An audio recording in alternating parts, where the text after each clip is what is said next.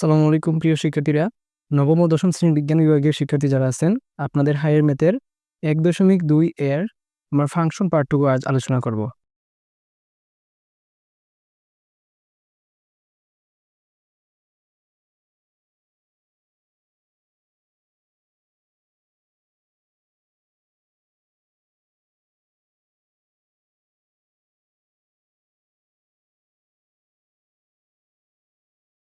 আজকের টপিক হচ্ছে ফাংশন কি না এটা আমরা যাচাই করব। তো আমরা একেবারে বেসিক থেকে শুরু করতেছি, সুতরাং মনোযোগ দিয়ে ভিডিওটি দেখবে। দেখো এখানে দুইটা সেট এ এবং বি দেওয়া আছে, খুবই ভালো। এখন আমরা এই এ এবং বি সেটের মধ্যে রিলেশন খুঁজব। তার আগে আমরা ক্রমজোড় তৈরি করব। আপনারা সবাই কার্তেশীয় গুণজ সেট তৈরি করতে পারেন, যাকে বলা হয় ক্রমজোড়, এ ক্রস বি। সেটা কীভাবে হয়?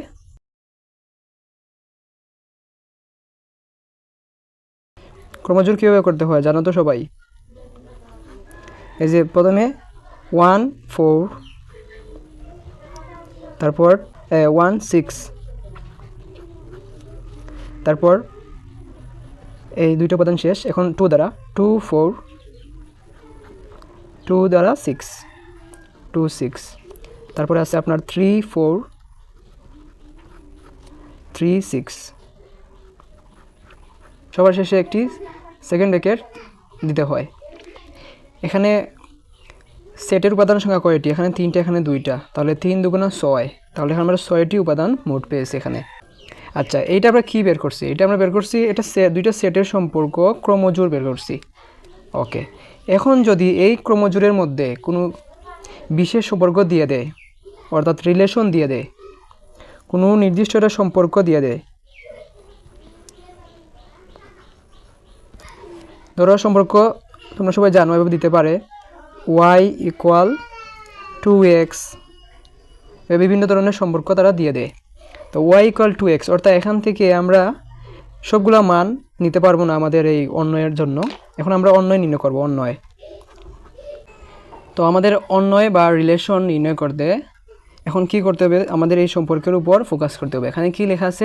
y = 2x, অর্থাৎ এখানে y হচ্ছে যে ক্রমজোড়ের দ্বিতীয় উপাদান আর x হচ্ছে প্রথম উপাদান।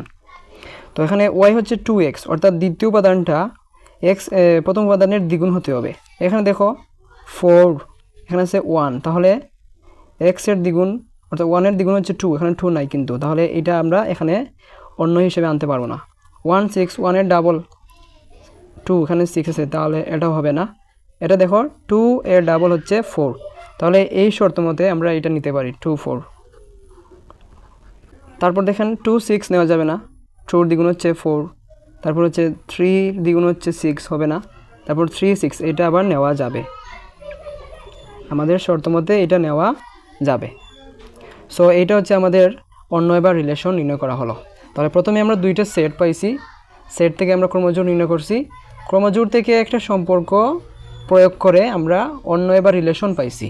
এগুলো তোমরা জেনারেল ম্যাথেও পড়ছো, অন্বয় বা রিলেশন তৈরি করা।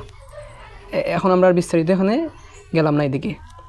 তো চলো এখন আমরা অন্বয় থেকে সরাসরি চলে যাব আমাদের কাঙ্ক্ষিত টপিক ফাংশনে। তাহলে এবার প্রশ্ন হলো যে কোন কোন অন্বয়গুলা ফাংশন হবে আর কোন কোন অন্বয়গুলা ফাংশন হবে না। তো দেখো এই যে অন্বয়টা আমরা পাইছি, এই অন্বয়ের যে প্রথম উপাদানগুলো আছে, এই প্রথম উপাদানগুলোর সেটকে বলা হয় ডোমেন। তাহলে দেখো এখানে 2, এখানে হচ্ছে 3, 2, 3, এই ক্রমজোড়ের প্রথম উপাদানগুলো নিয়ে তৈরির সেটকে বলা হয় ডোমেন।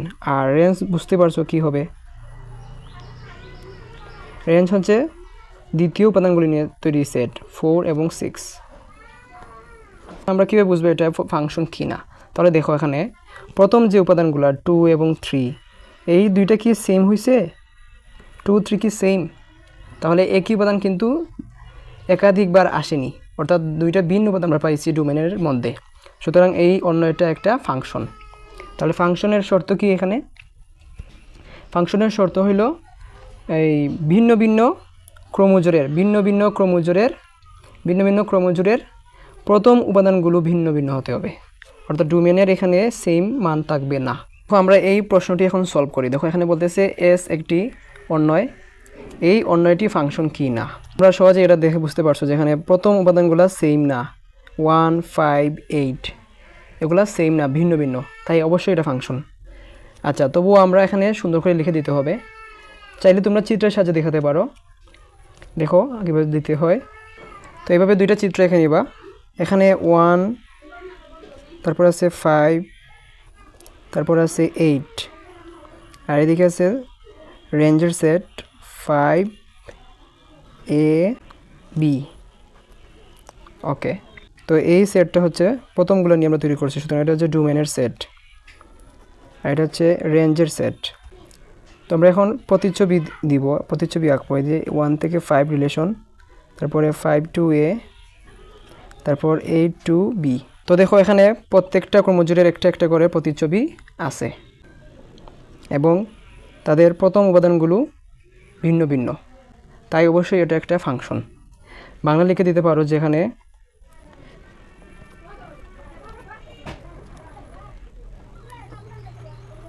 ভিন্ন ভিন্ন ক্রমজোড়ের প্রথম, তাই প্রদত্ত অন্য এটি একটি ফাংশন। তো আমরা আরও কিছু প্রশ্ন সমাধান করব। যত বেশি সমাধান করবা তত বেশি সহজ লাগবে এই বিষয়গুলো। এটা হলো 25 পৃষ্ঠার প্রশ্ন। উদাহরণ 26, নিচের কোন অন্যয় বা রিলেশনটি ফাংশন নয় যুক্তি দাও। ফাংশন নয় অর্থাৎ ফাংশনগুলো চিহ্নিত করতে হবে। তো এখানে দেখো, 1-এর প্রতিচ্ছবি হচ্ছে 2, 2-এর হচ্ছে 4, তারপর 2-এর আরেকটা প্রতিচ্ছবি হচ্ছে 5, আবার এখানে দেখা যাচ্ছে 3-এর প্রতিচ্ছবি 4, আবার 3-এর প্রতিচ্ছবি 5।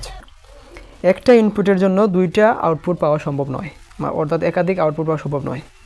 দেখো একটা ইনপুট 2 এর জন্য আমরা আউটপুট পাচ্ছি এই যে 4ও পাচ্ছি, 5ও পাচ্ছি, তো এটা সম্ভব নয়। তারপরে দেখো 3, এটা হচ্ছে ইনপুট না, 3 ইনপুটের জন্য এখানে আউটপুট 4 এবং 5, এটা সম্ভব নয়, সুতরাং এইটা ফাংশন নয়। ধরো এখানে আমরা দিলাম হচ্ছে এক্স এর যে সেট, ডোমেনের সেট হচ্ছে সন্তান, আর রেঞ্জের যে সেট ওয়াই সেট ওইটা হইলো মা। তো আমরা কি বলতে পারি এখান থেকে, মায়ের সন্তান নাও থাকতে পারে, মায়ের একাধিক সন্তান থাকতে পারে, কিন্তু একটা সন্তানের একাধিক মা থাকতে পারে না, আবার সন্তানের কোনো মা নাই এটাও পসিবল না। তো দেখো এখানে দেখো, এই যে এই মায়ের এই একটা সন্তান, হ্যাঁ হতে পারে, একটা মায়ের একটা সন্তান হতে পারে, এই মায়ের এই একটা সন্তান, এই মায়ের এই একটা সন্তান, সুতরাং এইটা পসিবল, সুতরাং এইটা হচ্ছে ফাংশন। এখানে দেখো এক্স সেট হচ্ছে সন্তান, ওয়াই সেট হচ্ছে মা। তো এই যে এই 5, এই মায়ের সন্তান হচ্ছে 1, খুবই ভালো। এই মায়ের সন্তান হচ্ছে 5, এটাও সম্ভব। তারপর দেখা যাচ্ছে যে এই সি যে মা, এই মায়েরও সন্তান 5, তো এক মায়ের একটা বাচ্চার দুইটা মা তো হতে পারবে না, সো এইটা ফাংশন নয়। তো দেখো এই বইয়ের এই উদাহরণটি দেখো, এটা কি ফাংশন?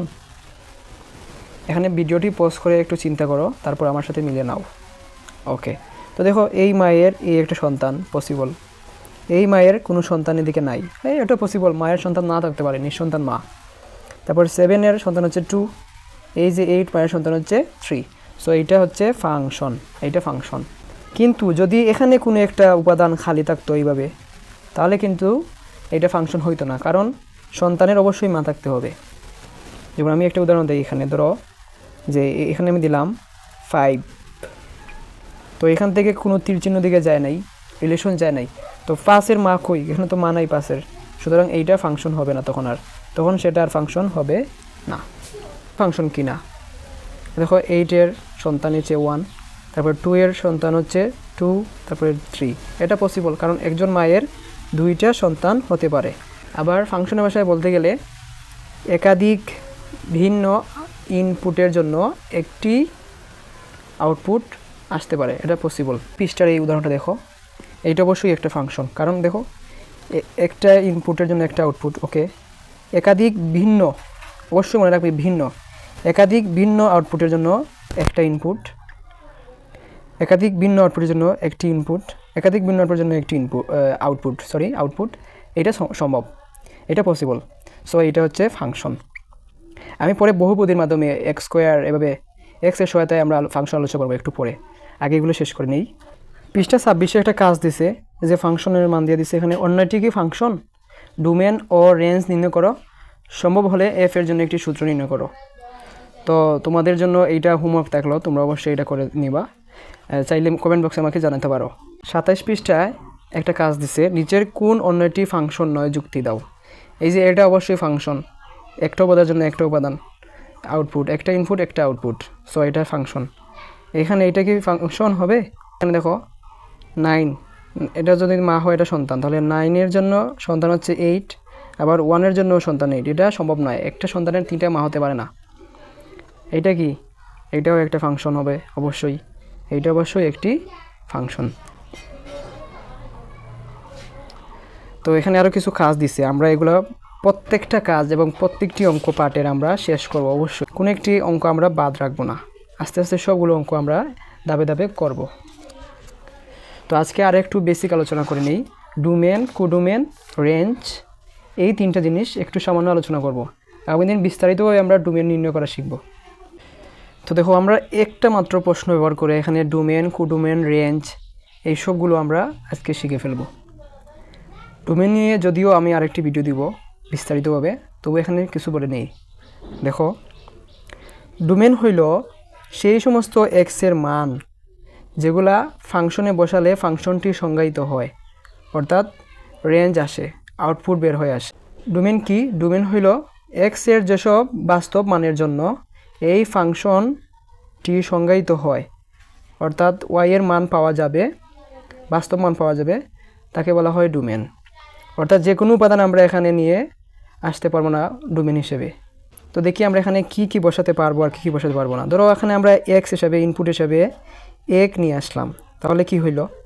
5 বিয়োগ 1, 5 থেকে 1 গেলে 4 থাকবে নিচে, 4 দ্বারা 24কে ভাগ করলে 6, এগুলো করা আছে এখানে। আমরা সরাসরি সম্পর্কটা লিখে নিই। তারপর 2 বসালে 5 থেকে 2 গেলে 3, 3 দ্বারা 24কে ভাগ করলে 8, 2 8। তারপর এখানে আমরা 3 নিয়ে বসাই, 5 থেকে 3 বিয়োগ করলে হয় 2, 2 দ্বারা 24কে ভাগ করলে হয় 12, এভাবে 4 দ্বারা 24 হয়।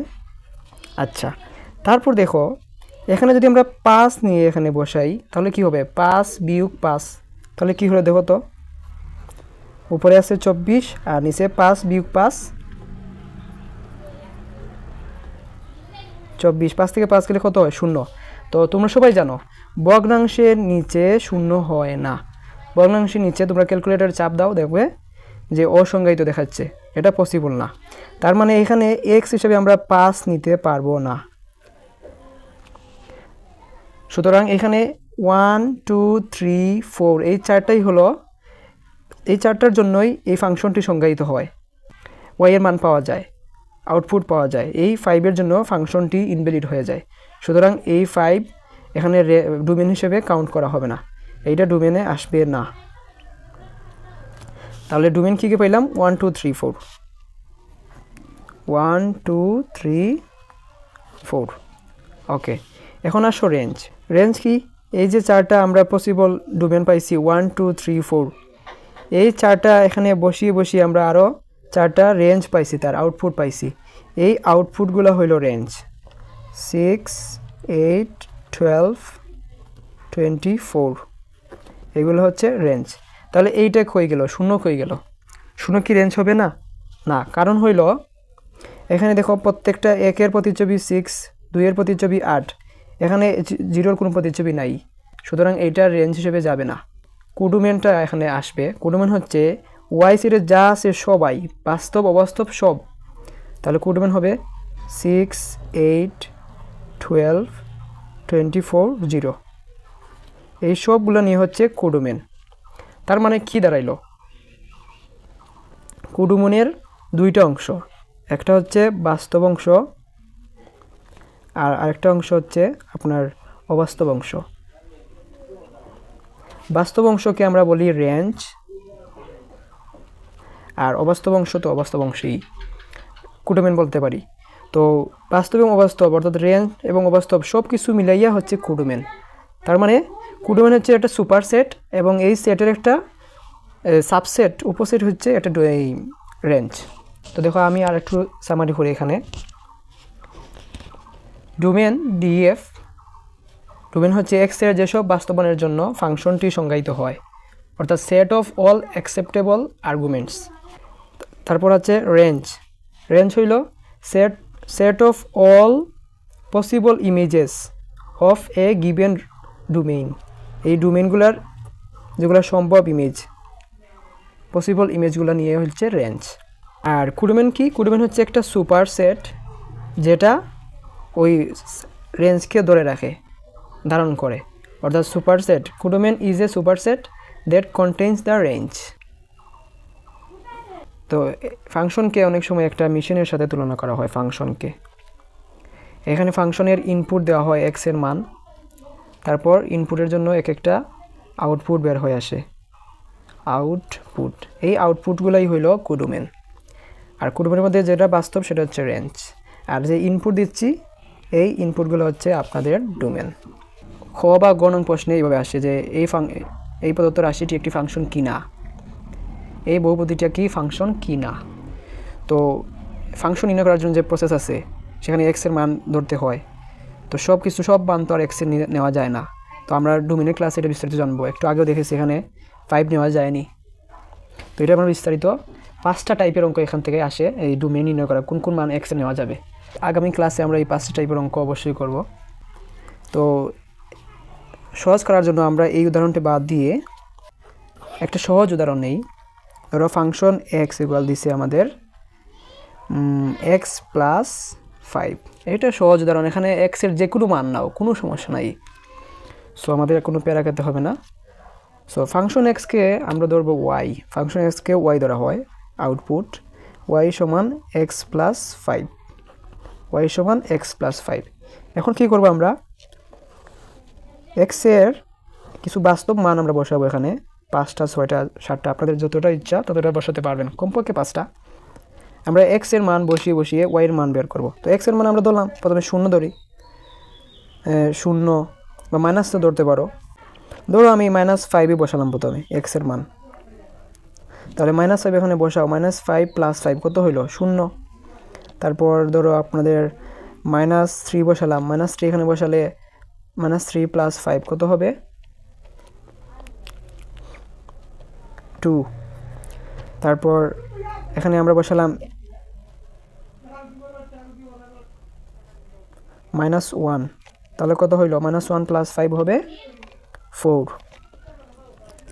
এবার আসো 0 বসাই এক্সের মান, 0 বসালে 0 + 5 তাহলে 5। তারপর এক্সের মান 1 বসাও, 1 বসালে 1 আর 5 6, 2 বসাও, 2 বসালে 2 5 7। তো এইভাবে অসংখ্য মান তোমরা বের করতে পারো, 5-6টা দিতে পারলেই হয়। এখন আমরা এটা গ্রাফে প্রেজেন্টেশন করব। এইরকম রাশি দিয়ে যদি বলে যে এটা ফাংশন কিনা, তাহলে অবশ্যই এইভাবে বের করতে হবে মানগুলা। তারপর এটা গ্রাফ আঁকতে হবে, লেখচিত্র আঁকতে হবে, লেখচিত্র আঁকার মাধ্যমে এটা প্রমাণ করতে হবে। তো লেখচিত্র আঁকা আপনারা আশা করি আপনারা সবাই পারেন। তো দেখেন, এটা হচ্ছে এক্স অ্যাক্সিস, যে নেগেটিভ এক্স অ্যাক্সিস, এটা হচ্ছে ওয়াই পজিটিভ ওয়াই, এটা হচ্ছে নেগেটিভ ওয়াই অ্যাক্সিস, আর এইটা হলো মূল বিন্দু 0 0, তাই না? এটা আমরা সবাই জানি। তো এখানে আমরা কিছু মান ধরে নিই, দেখো 1 2 3 4 5 6, এদিকেও নেই, যে তোমরা মাইনাস ধরছি মান অনেকগুলো, 1 2 3 4 5 6। আচ্ছা, তারপর ওয়াইয়ের মান আমরা সর্বোচ্চ এখানে 7 আছে +7, তাহলে 1 2 3 4 5 6 7। আচ্ছা, তাহলে প্রথম গড় বসাই, -5 0, এই যে -5 এক্সের মান মাইনাস আর এদিকে আসবে, -5 0, 1 2 3 4 5, -5 এবং 0 0 বলতে ওই অক্ষের উপর x অক্ষের উপর বসে যাবে বিন্দুটি। ওকে, পাইলাম। তারপর হচ্ছে -3 2, -3 -1 -2 -3, তারপরে +2 হচ্ছে 1 2, এরপর হচ্ছে -1 4, এই যে -1 আর 4 উপর দিকে যাবে, 1 2 3 4। তারপর কি আছে 0 5, এই যে 0 তারপর 5, 1 2 3 4 5। তারপরে আছে 1 6, এই যে 1 পজিটিভ 1 আর 6 এদিকে উপরে যাও 6 এইখানে। তারপরে আছে কি 2 7, 1 2 7 উপর দিকে যাও, এইখানে হচ্ছে 7, এই যে এখানে 7 না। এই মানগুলো বসানোর পরে আমরা কি করব, যোগ করে দিব। এখানে আমরা একটা সরলরেখা পাইছি। হ্যাঁ, সরলরেখা পাওয়ার কথা, কারণ এটা হচ্ছে সরলরেখার এই সূত্র, সমীকরণ। এটা হচ্ছে সরলরেখার সমীকরণ। সো আমরা এখানে একটা সরলরেখা পাইছি। আমরা এই সমীকরণগুলোও বাস্তবে এগুলো দেখব আগামী ভিডিওতে। আমরা হাতে এঁকে অথবা সরাসরি আমরা ওয়েবসাইট ব্যবহার করে এই ফাংশনগুলার চিত্র এভাবে দেখে নিব। টাকা শেষ হইল, তখন কীভাবে প্রমাণ করবো এটা ফাংশন কি না। সেজন্য আপনারা যে কোনো দিকে এক্স অক্ষের এই দিকে বা ওই দিকে যে কোনো দিকে আপনার ওয়াই অক্ষের সমান্তরাল রেখা অঙ্কন করেন। ওয়াই অক্ষের সমান্তরাল রেখা, এই যে ওয়াই অক্ষ না, ওয়াই অক্ষের সমান্তরাল রেখা অঙ্কন করেন যতটা খুশি ততটা। দেখো, এই যে আমরা প্রদত্ত যে গ্রাফটা পাইলাম, রেখাটা পাইলাম, লেখচিত্রটা পাইলাম, এইটা আমাদের এই ওয়াই অক্ষের সমান্তরাল রেখার সাথে কয়টা বিন্দুতে স্পর্শ করছে? এই যে এখানে একটা বিন্দুতে। একের চেয়ে বেশি কি স্পর্শ করছে? না। এই যে রেখা আঁকছি, এই রেখার সাথে আমাদের গ্রাফ কতটুকু, কয়টা বিন্দুতে স্পর্শ করছে? এই যে দেখো, মাত্র একটা বিন্দুতে এখানে স্পর্শ করছে, একের চেয়ে বেশি বিন্দুতে স্পর্শ করে নাই। তার মানে এটা হচ্ছে ফাংশন। তাহলে এই ফাংশনের ভাষায় কীভাবে বলবো যে আমরা ফাংশনের ভাষায় আমরা বলতে পারি প্রদত্ত রেখাচিত্রটি, লেখচিত্রটি ওয়াই অক্ষের সমান্তরাল যে কোনো রেখাকে সর্বোচ্চ একটি বিন্দুতে স্পর্শ করে, সর্বোচ্চ একটি বিন্দুতে স্পর্শ করে। সো এটা হচ্ছে ফাংশন। আশা করি বুঝতে পারছো। আগামী ভিডিওতে আমরা আরও বিস্তারিতভাবে এগুলো আলোচনা করব। তো আজকে এখানেই শেষ করছি। আল্লাহ হাফেজ।